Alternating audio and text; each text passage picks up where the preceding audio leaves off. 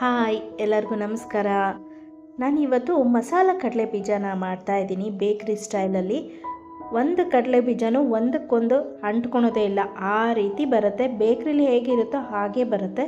ಭಾಳ ಸುಲಭವಾಗಿ ಮನೆಯಲ್ಲಿಯೇ ಮಾಡ್ಕೋಬೋದು ನಾವು. ಅದಕ್ಕಿಂತ ಮೊದಲು ಯಾರೆಲ್ಲ ಇನ್ನೂ ಸಬ್ಸ್ಕ್ರೈಬ್ ಆಗಿಲ್ಲ ಅಂದರೆ ದಯವಿಟ್ಟು ಸಬ್ಸ್ಕ್ರೈಬ್ ಆಗಿ ಪಕ್ಕದಲ್ಲಿರುವ ಬೆಲ್ಲೈಕನನ್ನು ಪ್ರೆಸ್ ಮಾಡಿ. ನಾನು ಮಾಡೋ ಎಲ್ಲ ವಿಡಿಯೋ ನೋಟಿಫಿಕೇಷನ್ನು ನಿಮಗೆ ಬರುತ್ತೆ. ನಾನಿಲ್ಲಿ ಮೊದಲಿಗೆ 1 ಕಪ್ಪು ಕಡಲೆಕಾಯಿ ಬೀಜನ ತೊಗೊಂಡಿದ್ದೀನಿ. 1 ಚಮಚ ಅಚ್ಚ ಖಾರದ ಪುಡಿ ಹಾಕ್ಕೊಳ್ತಾ ಇದ್ದೀನಿ. ಬ್ಯಾಡಗಿ ಮೆಣಸಿನ್ಕಾಯಿ ಪುಡಿ ಇದು. ನೀವು ಖಾರದ ಮೆಣಸಿನ್ಕಾಯಿ ಪುಡಿ ಹಾಕ್ಕೊಂಡ್ರೆ ಒಂದು ಅರ್ಧ ಚಮಚ ಹಾಕ್ಕೊಂಡ್ರೆ ಸಾಕು.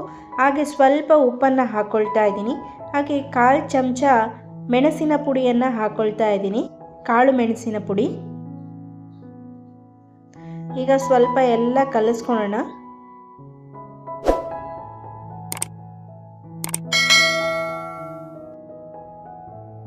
ಸ್ವಲ್ಪ ನೀರು ಹಾಕೋಬೇಕಾಗತ್ತೆ. ನೀರು ಹಾಕೊಂಡ್ಮೇಲೆ ಪುನಃ ಮತ್ತೆ ಎಲ್ಲ ಕಲಿಸ್ಕೋಬೇಕಾಗತ್ತೆ.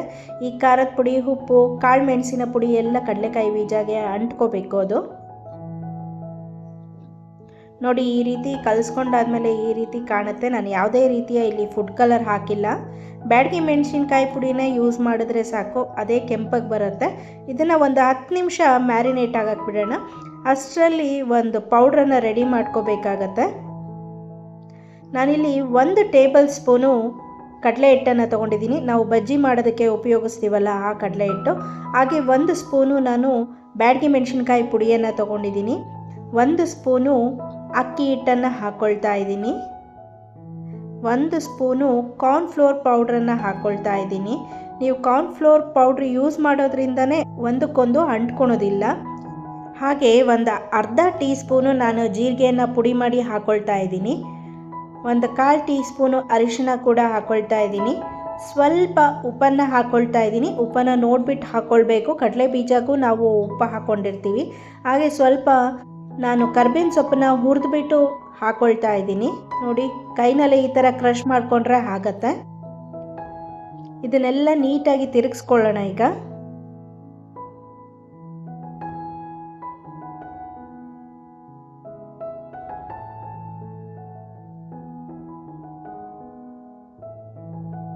ಎಲ್ಲ ನೀಟಾಗಿ ಕಲಿಸ್ಕೋಬೇಕಾಗತ್ತೆ. ನಂತರ ಇದನ್ನು ಪಕ್ಕಕ್ಕಿಟ್ಟು ನಾವು ಮ್ಯಾರಿನೇಟಿಗೆ ಇಟ್ಟಿದ್ವಲ್ಲ ಕಡಲೆಕಾಯಿ ಬೀಜ, ಅದು 10 ನಿಮಿಷ ಆಗಿದೆ. ಈಗ ಅದನ್ನು ತಗೊಳ್ಳೋಣ.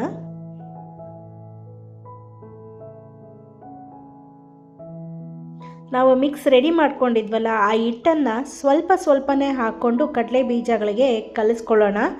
ಒಂದೊಂದು ಕಡಲೆ ಬೀಜಕ್ಕೂ ಅದು ಕೋಟಿಂಗ್ ಆಗಬೇಕು. ನೀರನ್ನು ಮಾತ್ರ ಹಾಕೋಬಾರ್ದು ಈ ಸಮಯದಲ್ಲಿ.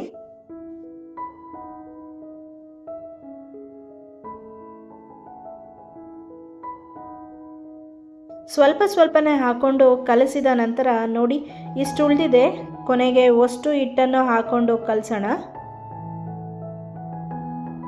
ಈ ಪುಡಿ ಒಂದೊಂದು ಕಡಲೆ ಬೀಜಕ್ಕೂ ಅಂಟ್ಕೊಳುತ್ತೆ. ಈಗ 1 ಟೇಬಲ್ ಸ್ಪೂನಷ್ಟು ನೀರನ್ನು ಹಾಕ್ಕೊಂಡು ಕಲಿಸ್ಕೊಳ್ಳೋಣ. ಹೆಚ್ಚು ನೀರು ಹಾಕ್ಕೊಳೋದು ಅವಶ್ಯಕತೆ ಇಲ್ಲ ಇಲ್ಲಿ. ಇದೇ 1 ಟೇಬಲ್ ಸ್ಪೂನು ನೀರು ಸಾಕು. ನೋಡಿ, ಈ ಥರ ಪೂರ್ತಿಯಾಗಿ ಪುನಃ ಮತ್ತೆ ಕಲಿಸ್ಕೋಬೇಕಾಗತ್ತೆ.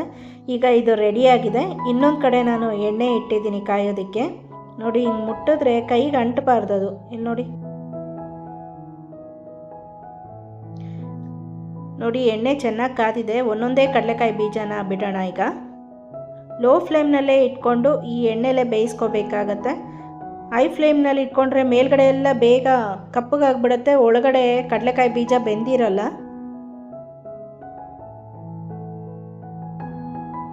ನೋಡಿ, ನನ್ನ ಕೈಗೆ ಸ್ವಲ್ಪನೂ ಅಂಟಿಲ್ಲ. ಇದು ಒಂದೊಂದೇ ಕಾಳು ಕೂಡ ನಾವು ತೆಕ್ಕೋಬೋದು, ಆ ಥರ ಬರ್ತಾ ಇದೆ. ನೋಡಿ, ಒಂದ್ಸರಿ ಹಾಕಿದ್ಮೇಲೆ ಇದನ್ನು ಹಗಲೆಲ್ಲ ಅಲ್ಲಾಡಿಸ್ಬಾರ್ದು. ಈಗ ನೊರೆ ಎಲ್ಲ ಕಡಿಮೆ ಆದಮೇಲೆ ಇದು ಆಗಿದೆ ಅಂತ ಅರ್ಥ. ಎಲ್ಲ ಎಣ್ಣೆಯಿಂದ ತೆಕ್ಕೊಳ್ಳೋಣ. ಎಣ್ಣೆಯಿಂದ ತೆಕ್ಕೊಂಡ ನಂತರ ನಾನಿಲ್ಲಿ 1 ಟಿಶ್ಯೂ ಪೇಪರ್ ಮೇಲೆ ಹಾಕ್ಕೊಳ್ತಾ ಇದ್ದೀನಿ. ಎಕ್ಸ್ಟ್ರಾ ಎಣ್ಣೆ ಇರೋದೆಲ್ಲ ಟಿಶ್ಯೂ ಹೀರ್ಕೊಳ್ಳುತ್ತೆ. ಹಾಗೆ ನಾನಿಲ್ಲಿ ಸ್ವಲ್ಪ ಕರ್ಬೇವಿನ ಸೊಪ್ಪನ್ನ ಹಾಕ್ಕೊಳ್ತಾ ಇದ್ದೀನಿ ಕರೆದ್ಬಿಟ್ಟು. ನೋಡಿ ಎಣ್ಣೆ ಎಲ್ಲ ಹೀರ್ಕೊಂಡ ನಂತರ ನಾನೊಂದು ಬೌಲಿಗೆ ಹಾಕಿ ಇಟ್ಕೊಂಡಿದ್ದೀನಿ, ಸರ್ವಿಂಗ್ ಬೌಲಿಗೆ. ನೋಡಿ ಇದೇ ಪ್ರೊಸೀಜರ್ನ ಫಾಲೋ ಮಾಡಿದ್ರೆ ಎಲ್ಲೂ ಕೂಡ ಕಡಲೆಕಾಯಿ ಬೀಜ ಅಂಟ್ಕೊಳೋದಿಲ್ಲ. ಬೇಕ್ರಿ ಸ್ಟೈಲಲ್ಲೇ ನಾವು ಸುಲಭವಾಗಿ ರುಚಿಯಾಗಿ ಮನೆಯಲ್ಲಿಯೇ ಮಾಡಿಕೊಡ್ಬೋದು ಮಕ್ಕಳಿಗೆ. ನಿಮ್ಮೆಲ್ಲರಿಗೂ ಈ ರೆಸಿಪಿ ಇಷ್ಟ ಆಗಿದೆ ಅಂದ್ಕೊಳ್ತಾ ಈ ರೆಸಿಪಿ ಬ್ಲಾಗ್ನ ಇಲ್ಲೇ ಮುಗಿಸ್ತಾ ಇದ್ದೀನಿ. ನಾನು ಮತ್ತೊಂದು ಹೊಸ ರೆಸಿಪಿಯೊಂದಿಗೆ ಸಿಗ್ತೀನಿ. ಈ ರೆಸಿಪಿ ನಿಮಗೆ ಇಷ್ಟ ಆಗಿದ್ದರೆ ದಯವಿಟ್ಟು ಲೈಕ್, ಶೇರ್, ಕಮೆಂಟ್ ಮಾಡಿ. ಹಾಗೆ ಸಬ್ಸ್ಕ್ರೈಬ್ ಮಾಡೋದನ್ನು ಮರಿಬೇಡಿ. ಧನ್ಯವಾದಗಳು.